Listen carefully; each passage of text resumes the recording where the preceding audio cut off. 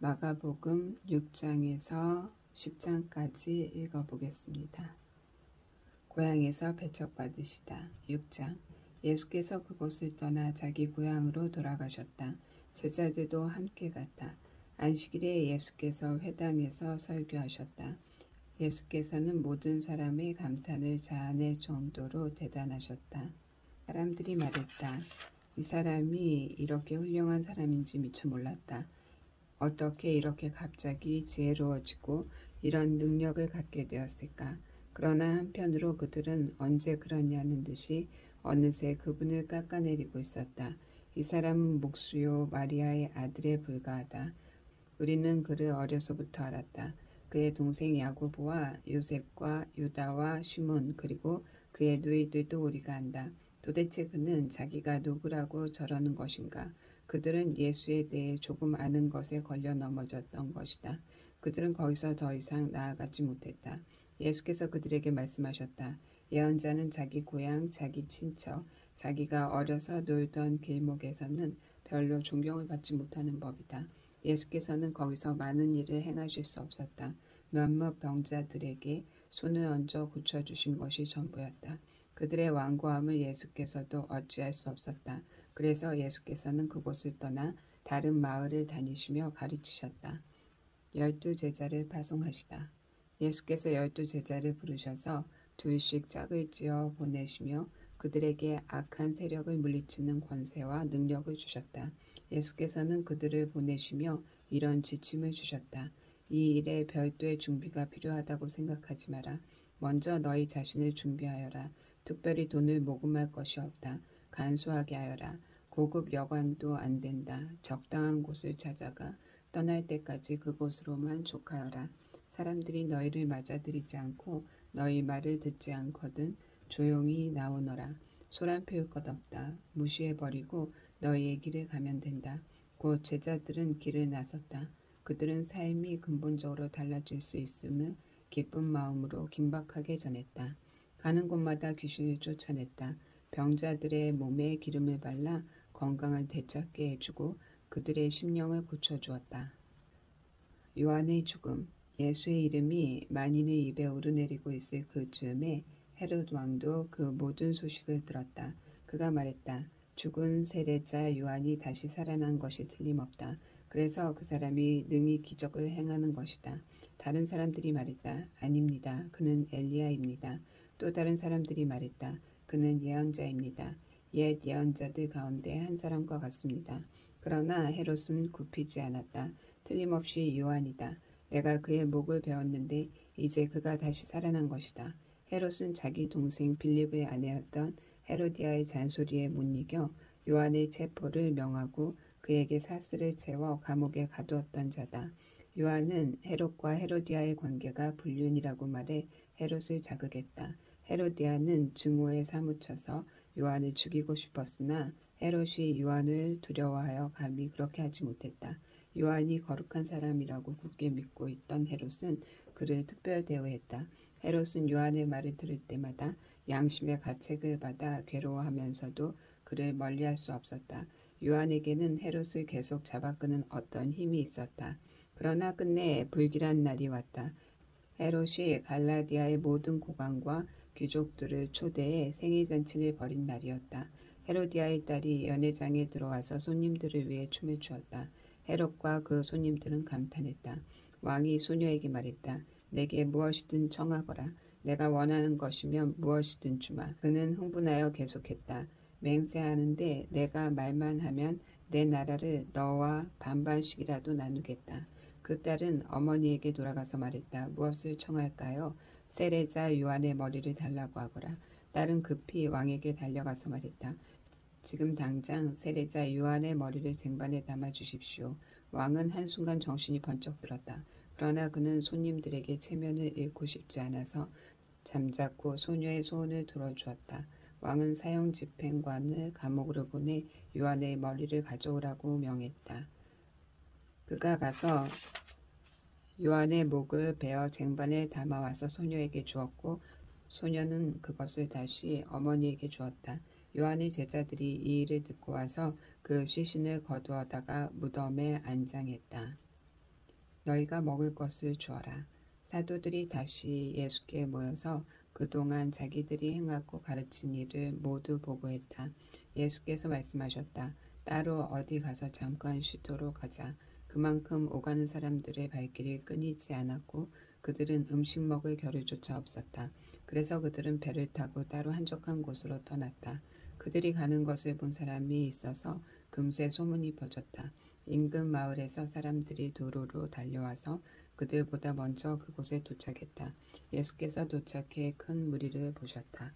목자 없는 양 같은 그들을 보시니 그분 마음이 찢어지는 것 같았다. 예수께서 곧바로 그들을 가르치기 시작하셨다. 어느새 저녁이 되었다. 시간이 많이 흘렀다고 생각한 제자들이 말씀 사이에 끼어들었다. 여기는 허벌판이고 시간도 많이 늦었습니다. 이제 기도하시고 사람들을 보내어 저녁이라도 먹게 해야겠습니다. 예수께서 말씀하셨다. 너희가 이들의 저녁을 마련하여라. 그들이 대답했다. 진심이십니까? 가서 이들의 저녁거리에 큰 돈을 쓰라는 말씀이신지요. 그러나 그분의 말씀은 진심이었다. 너희에게 빵이 몇 개나 있는지 알아보아라. 오래 걸릴 것도 없었다. 5개입니다. 그들이 말했다. 그리고 물고기가 2마리 있습니다. 예수께서 그들 모두를 50명씩 100명씩 무리지어 앉게 하셨다. 그 모습이 마치 푸른 초장에 펼쳐진 들꽃으로 엮은 조각보 이불 같았다. 예수께서 빵 5개와 물고기 2마리를 손에 들고 고개 들어 하늘을 우러러 감사 기도를 드리시고 축복하신 다음 빵을 떼어 제자들에게 주셨다. 제자들은 다시 그것을 사람들에게 나눠주었다. 예수께서는 물고기를 가지고 똑같이 하셨다. 사람들 모두가 배불리 먹었다. 제자들이 남은 것을 거두니 12바구니나 되었다. 저녁을 먹은 사람들이 5,000명이었다. 식사가 끝나자 예수께서 제자들을 재촉하여 배를 타고 먼저 건너편 벳세다로 가게 하시고 그동안의 무리를 돌려보내셨다. 사람들을 보내신 뒤에 예수께서는 산에 올라가 기도하셨다.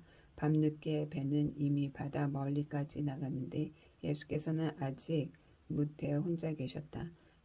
맞바람을 맞아 노를 젓느라 고생하는 제자들의 모습이 보였다.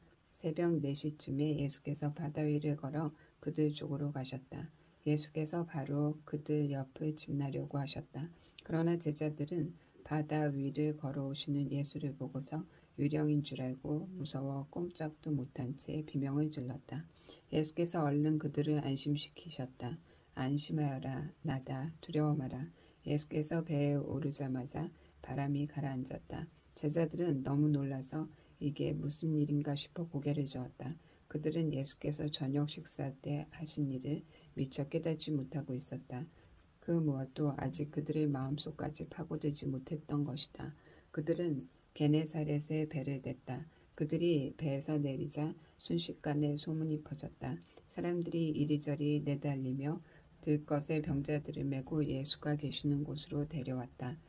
마을이나 시내나 촌 내거리마다 그분이 가시는 곳이면 어디든지 사람들이 병자들을 데리고 나와서 그분의 옷자락을 만지게 해달라고 간청했다. 그것이 전부였다. 그분을 만진 사람은 누구나 병이 나았다. 참으로 너희를 더럽게 하는 것. 7장. 바리새인들이 예루살렘에서 온 몇몇 종교학자들과 함께 예수의 주위에 모였다. 그들은 예수의 제자 몇이 식사 전에 씻는 정결 예식을 소홀히 하는 것을 보았다. 바리새인을 비롯한 유대인들은 의식상 손 씻는 신용을 하지 않고는 절대 식사를 하지 않았다. 시장에서 돌아왔을 때에는 특히 더욱 문질러 씻었다. 컵과 냄비와 접시를 닦는 것은 말할 것도 없었다. 바리새인과 종교학자들이 물었다. 어째서 당신의 제자들은 규정을 우습게 알고 손도 씻지 않고 식탁에 앉는 겁니까? 예수께서 대답하셨다. 너희 같은 사기꾼들에 대해 이사야가 전곡으로 찔러 말했다. 이 사람들이 거창하게 말은 바로 하지만 그 속에 마음이 담겨 있지 않다. 그들은 나를 예배하는 것처럼 행동하지만 진심에서 우러난 것이 아니다. 무엇이든 자기네 구미에 맞는 가르침을 위해 내 이름을 팔고 있을 뿐이다. 하나님의 계명은 버린 채 최신 유행을 쫓기에 바쁘다. 예수께서 계속해서 말씀하셨다. 그래, 잘도 하는구나. 너희는 종교의 유행을 따르는데 거추장스럽지 않도록 하나님의 계명을 저버리고 있다. 모세는 너희 부모를 공경하라고 했고 또 누구든지 부모를 욕하는 사람은 반드시 죽여야 한다고 했다. 그러나 너희는 부모에게 드려야 할 것이 있어도 부모 대신에 하나님께 예물로 바쳤습니다. 말하면서 그 계명을 회피하고 있다. 아버지나 어머니에 대한 의무를 그렇게 모면하고 있는 것이다. 너희는 하나님의 말씀을 지워버리고 그 자리에 아무 것이나 원하는 대로 써 넣는다. 너희는 이 같은 일을 다반사로 한다. 예수께서 다시 무리를 불러놓고 말씀하셨다. 잘 듣고 마음에 새겨두어라. 너희 삶을 더럽히는 것은 너희가 입으로 삼키는 것이 아니라 너희 입에서 토해내는 것이다. 그것이야말로 정말 더러운 것이다. 예수께서 무리와 헤어져 집에 돌아오셨을 때에 제자들이 말했다. 잘 모르겠습니다. 쉽게 말씀해 주십시오. 예수께서 말씀하셨다. 너희가 우둔해지기로 작정이라도 한 것이냐? 너희가 입으로 삼키는 것이 너희를 더럽힐 수 없다는 것을 모르느냐? 그것은 너희 마음으로 들어가지 않고 위로 들어가서 장을 지나 결국 변의 물과 함께 내려간다. 이것으로 음식에 대한 논란은 무의미해졌다. 예수께서는 모든 음식을 먹어도 좋다고 하신 것이다. 예수께서 계속해서 말씀하셨다. 사람 속에서 나오는 것이 사람을 더럽게 하는 법이다. 음란, 정욕, 도둑질, 살인, 간음, 탐욕, 부정부패, 속임수, 방탕, 비열한 눈빛, 중상모략, 교만, 미련함, 이 모두가 마음에서 토해내는 것이다. 너희를 더럽히는 근원은 바로 거기다. 예수께서 거기에서 두로 지방으로 떠나셨다. 그분은 아무도 못 본 줄 알고 그곳에 한 집에 들어가셨으나 사람들의 이목을 피할 수 없었다. 예수께서 안에 들어가 무섭게 고통당하는 딸을 둔 한 여자가 그분이 그곳에 계시다는 말을 듣고 찾아왔다. 여자는 예수의 발 앞에 무릎을 꿇고는 도와달라고 애원했다. 그 여자는 수로보니게 출신의 그리스 사람이었다. 여자는 예수께 자기 딸을 고쳐달라고 간청했다. 예수께서 말씀하셨다. 줄을 서서 차례를 기다려라. 자녀들을 먼저 먹이는 법이다. 그리고 남는 것이 있으면 개들이 차지다. 여자가 말했다. 지당하신 말씀입니다, 주님. 하지만 산 밑의 개들도 자녀들이 흘리는 부스러기는 먹지 않습니까? 예수께서 감동하셨다. 내 말이 맞다. 가거라. 내 딸이 더 이상 고통당하지 않게 되었다. 괴롭히던 귀신이 떠나갔다. 여자가 집에 가보니 딸이 침대에 편히 누웠고 고통이 아주 사라져버렸다. 예수께서 다시 두로 지방을 떠나서 시돈을 지나 갈릴리 호수로 돌아와서 데가볼리 지방으로 건너가셨다. 어떤 사람들이 듣지도 말하지도 못하는 사람을 예수께 데려와 손을 얹어 고쳐주기를 청했다. 예수께서 그 사람을 따로 데리고 저만치 가셔서 그의 귀에 손가락을 넣고 그의 혀에 침을 묻히셨다. 그리고는 하늘을 우러러 기도하시고 깊이 탄식하며 명하셨다. 에바다 열려라. 그러자 그대로 되었다. 그 사람의 귀는 이제 똑똑히 들렸고 말도 분명해졌다. 순식간의 일이었다. 예수께서 그들에게 입단속을 시키셨으나 그럴수록 그들은 흥분하여 더욱 퍼뜨리고 다녔다. 전부 그분이 하신 일인데 대단한 일이다. 그분은 듣지 못하는 사람도 듣게 하시고 말하지 못하는 사람도 말하게 하신다. 4,000명을 배불리 먹이시다. 8장. 그쯤에 예수께서 배고픈 무리 앞에 다시 서게 되셨다. 예수께서 제자들을 불러 말씀하셨다.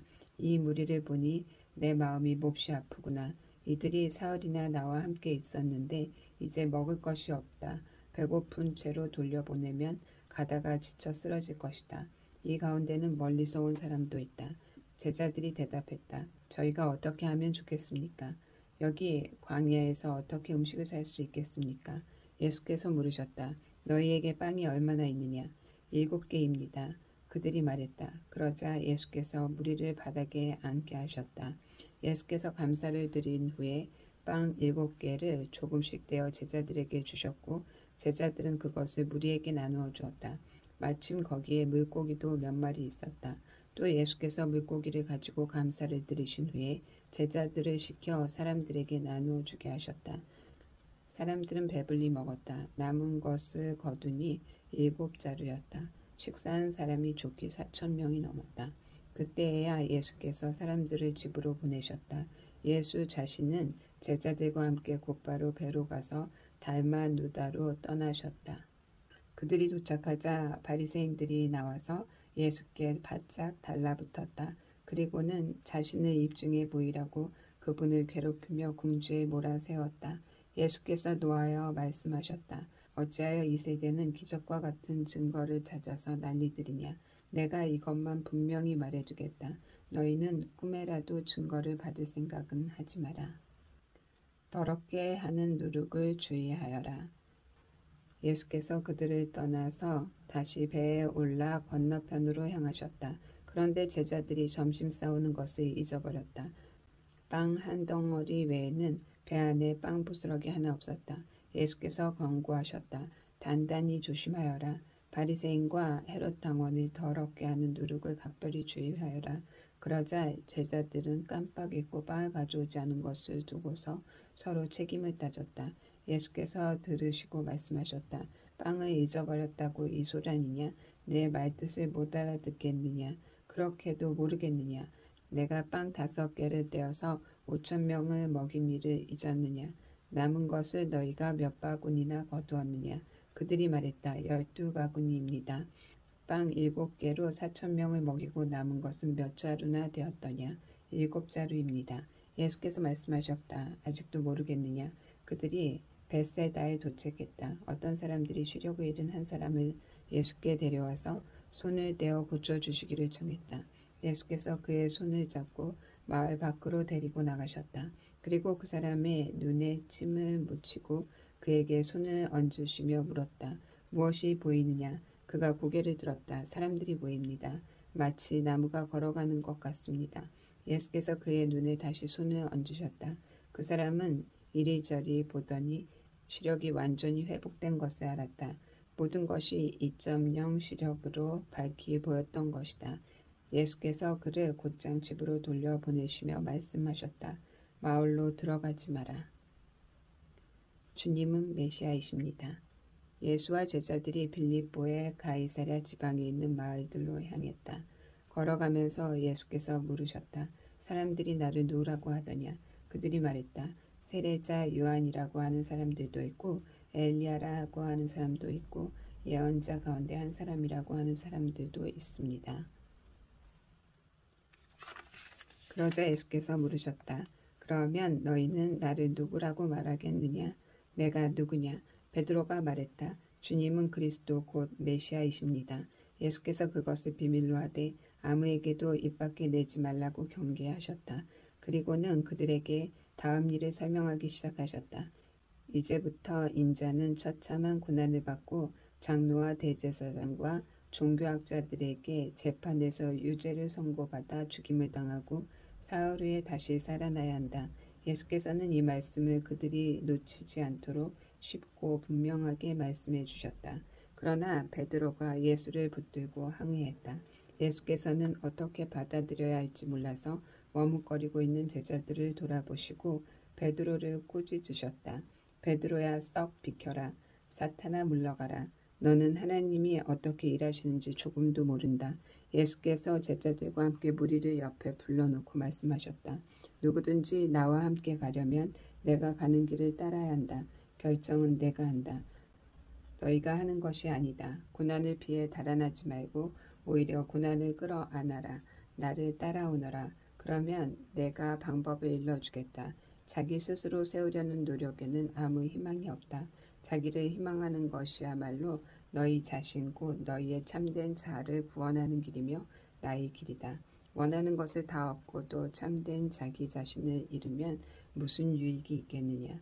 너희 목숨을 무엇과 바꾸겠느냐?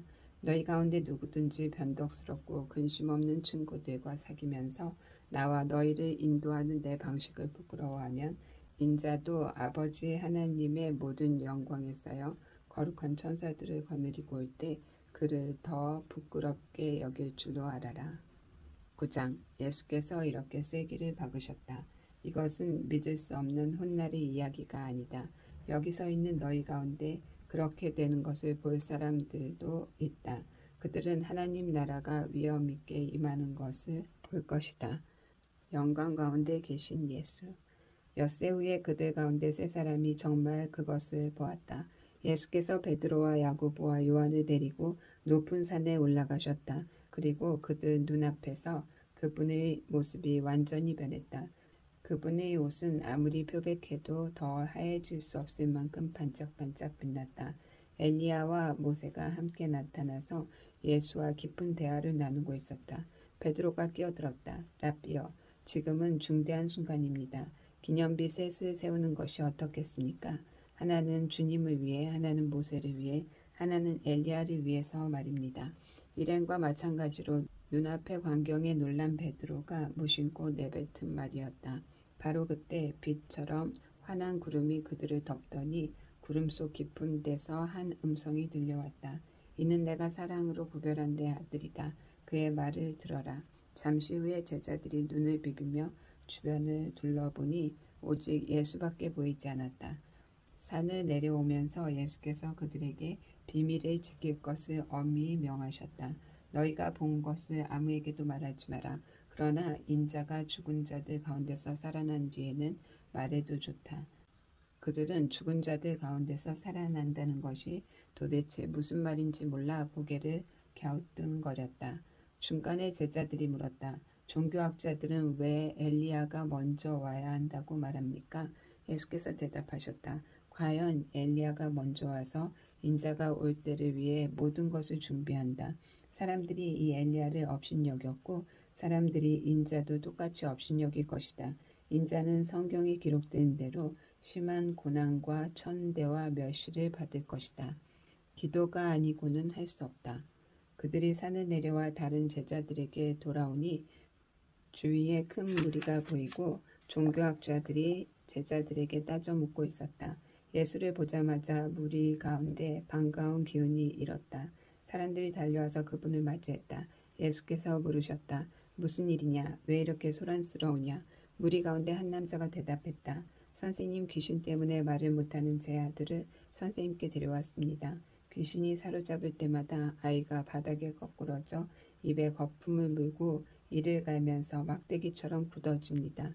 선생님을 제자들에게 구해주기를 바라고 말했지만 그들은 하지 못했습니다. 예수께서 말씀하셨다. 하나님을 모르는 이 세대여, 내가 같은 말을 몇 번이나 해야 하느냐? 얼마나 더 참아야 하느냐? 아이를 이리 데려오너라. 그들이 아이를 데려왔다. 귀신이 예수를 보고 아이에게 발작을 일으키게 하니 아이는 입에 거품을 물고 바닥에서 몸을 뒤틀었다. 예수께서 아이의 아버지에게 물으셨다. 이렇게 된 게 얼마나 되었느냐? 어려서부터 그랬습니다. 귀신이 아이를 죽이려고 물속이나 강물에 던진 것이 몇 번인지 모릅니다. 만일 하실 수 있거든 무엇이든 해주십시오. 불쌍히 여기셔서 저희를 도와주십시오. 예수께서 말씀하셨다. 만일이라니 믿는 사람에게 만일이란 없다. 모든 것이 가능하다. 그분의 입에서 말이 떨어지기가 무섭게 아이의 아버지가 부르짖었다. 제가 믿습니다. 의심하지 않도록 도와주십시오. 무리가 속속이 모여드는 것을 보시고 예수께서 악한 귀신에게 명령하셨다. 벙어리의 기머거리 귀신아, 내가 네게 명한다. 아이에게서 나와 다시는 얼씬거리지 마라. 귀신은 고함을 지르고 마구 몸부림치면서 나갔다. 아이는 송장처럼 핏기가 없어졌다. 그러자 사람들이 아이가 죽었다고 말하기 시작했다. 그러나 예수께서 아이의 손을 잡아 일으키시자 아이가 일어났다. 집에 돌아온 뒤에 제자들이 예수를 붙들고 물었다. 왜 저희는 귀신을 쫓아내지 못했습니까? 예수께서 대답하셨다. 이런 귀신은 기도가 아니고는 쫓아낼 수 없다. 그들은 거기를 떠나서 갈릴리를 지나갔다. 예수께서는 제자들을 가르치고 싶으셔서 아무에게도 일행의 행방을 알리지 않으셨다. 예수께서 그들에게 말씀하셨다. 인자는 하나님과 관계하기를 원치 않는 사람한테 넘겨질 것이다. 그들이 인자를 죽일 것이다. 죽은 지 사흘 후에 인자는 다시 살아날 것이다. 제자들은 무슨 말씀인지 몰랐으나 묻기도 두려웠다. 하나님 나라에서 가장 큰 사람. 그들이 가버나움으로 갔다. 예수께서 집에 계실 때에 제자들에게 물으셨다. 너희가 길에서 토론하던 것이 무엇이냐? 불안한 침묵만 흘렀다. 그들은 자기들 가운데 누가 가장 큰 사람인지를 두고 서로 입씨름을 벌였던 것이다. 예수께서 자리에 앉아 12제자에게 말씀하셨다. 너희가 첫자리를 원하느냐? 그렇다면 끝자리로 가거라. 모든 사람의 종이 되어라. 예수께서 방 한가운데 어린아이 하나를 세우시고 아이를 품에 안으며 말씀하셨다. 누구든지 이 아이들 가운데 하나를 나처럼 품으면 곧 나를 품는 것이다. 또 나를 훨씬 넘어서서 나를 보내신 하나님을 품는 것이다. 요한이 입을 열었다. 선생님, 어떤 사람이 주님 이름으로 귀신을 쫓아내는 것을 보고 우리가 막았습니다. 그가 우리에게 속한 사람이 아니어서 그렇게 했습니다. 예수께서 기뻐하지 않으셨다. 그를 막지 마라. 내 이름으로 선하고 능력 있는 일을 하고서 바로 나를 깎아내릴 사람은 없다.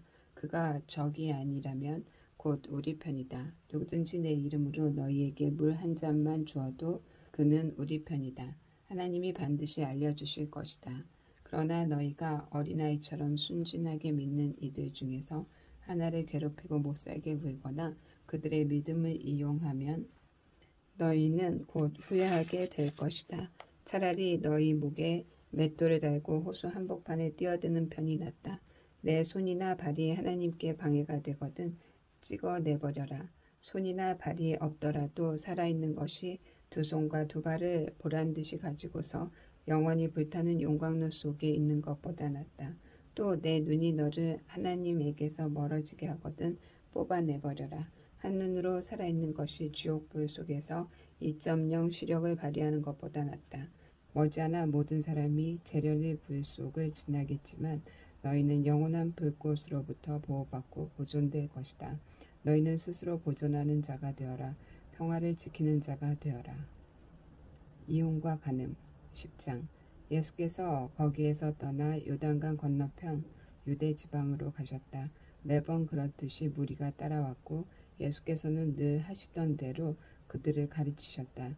바리새인들이 예수를 괴롭힐 요량으로 다가와서 물었다. 남자가 아내와 이혼하는 것이 율법에 맞습니까? 예수께서 말씀하셨다. 모세가 뭐라고 명령했느냐?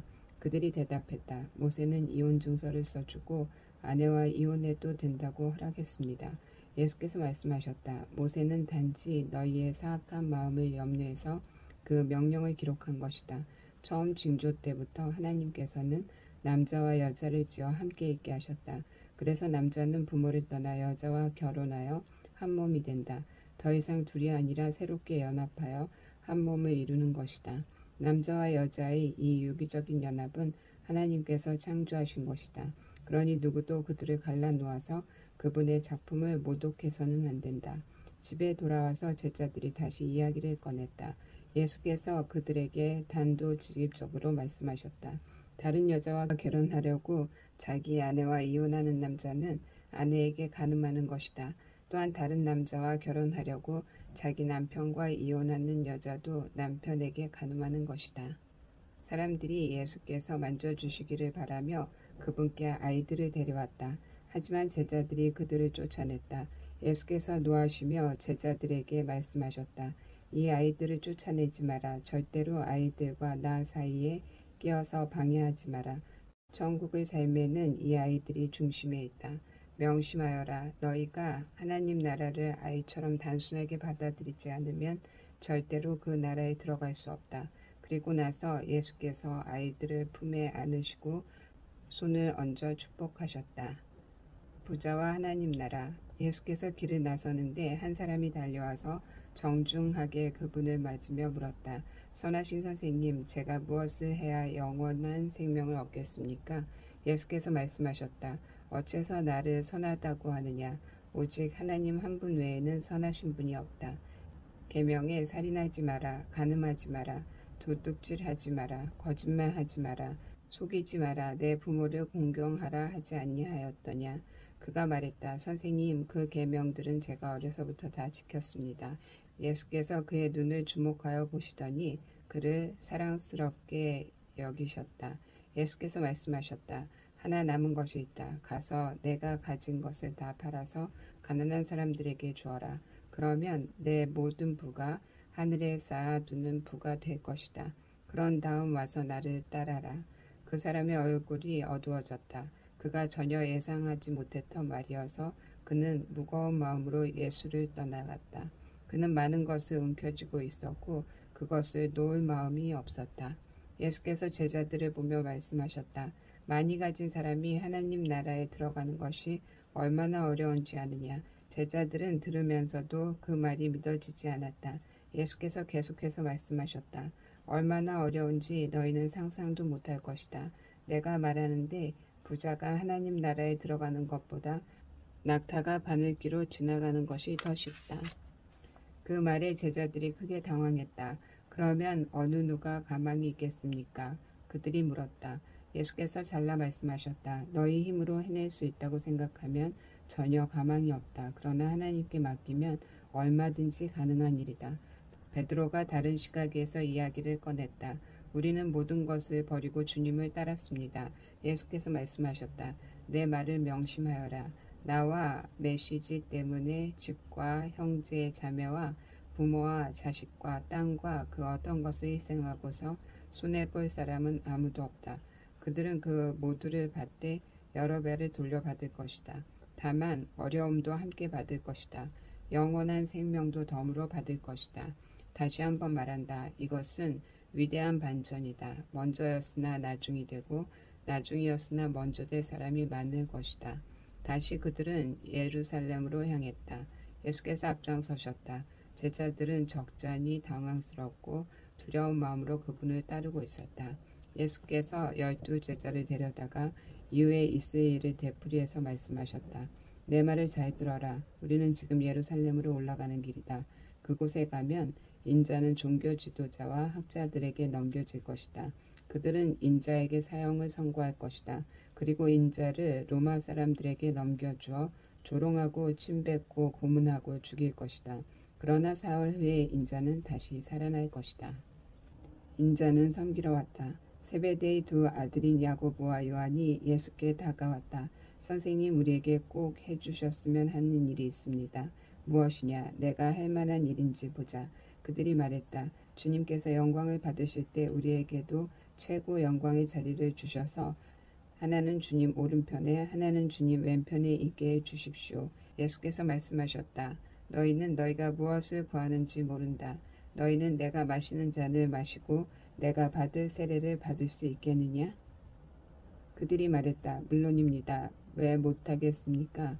예수께서 말씀하셨다. 생각해보니 너희는 과연 내가 마시는 잔을 마시고 내가 받을 세례를 받을 것이다. 그러나 영광의 자리를 주는 것은 내 소관이 아니다. 그것과 관련해서는 다른 조치가 있을 것이다. 다른 10 제자가 이 대화를 듣고 야고보와 요한에게 분통을 터뜨렸다. 예수께서 그들을 불러놓고 바로잡아 주셨다. 하나님을 모르는 통치자들이 얼마나 위세를 부리는지 사람들이 작은 권력이라도 얻으면 거기에 얼마나 빨리 취하는지 너희는 보았다. 너희는 그래서는 안 된다. 누구든지 크고자 하면 섬기는 사람이 되어야 한다. 너희 가운데 누구든지 첫째가 되고자 하면 먼저 종이 되어야 한다. 인자가 한 일이 바로 그것이다. 인자는 섬김을 받으러 온 것이 아니라 섬기러 왔다. 포로로 사로잡힌 많은 사람들을 살리기 위해 자기 목숨을 내어주려고 왔다. 그들은 여리고에서 얼마 동안 머물렀다. 제자들과 사람들의 행렬이 뒤따르고 예수께서 그곳을 떠나시려는데 디메오의 아들인 바디메오라는 눈먼 거지가 길가에 앉아 있었다. 그는 나사렛 예수가 지나간다는 말을 듣고는 소리치기 시작했다. 다윗의 자손이신 예수여, 불쌍히 여겨 주십시오. 저를 불쌍히 여겨 주십시오. 많은 사람들이 그를 조용히 시키려고 했으나 그는 더 크게 소리쳤다. 다윗의 자손이여, 불쌍히 여겨 주십시오. 저를 불쌍히 여겨 주십시오. 예수께서 가던 길을 멈추셨다. 그를 불러오너라. 그들이 그를 불렀다. 오늘 운이 좋은 줄 알아라. 일어나거라. 예수께서 너를 부르신다. 그는 겉옷을 버려두고 즉시 일어나서 예수께 갔다. 예수께서 말씀하셨다. 내가 어떻게 해주면 좋겠느냐? 눈먼 사내가 말했다. 랍비님, 보기 원합니다. 가거라. 예수께서 말씀하셨다. 내 믿음이 너를 구원했고 낫게 했다. 바로 그 순간에 그는 시력을 되찾았고 그 길로 예수를 따랐다. 오늘은 여기까지 읽겠습니다. 제 9일차에 다시 뵙겠습니다.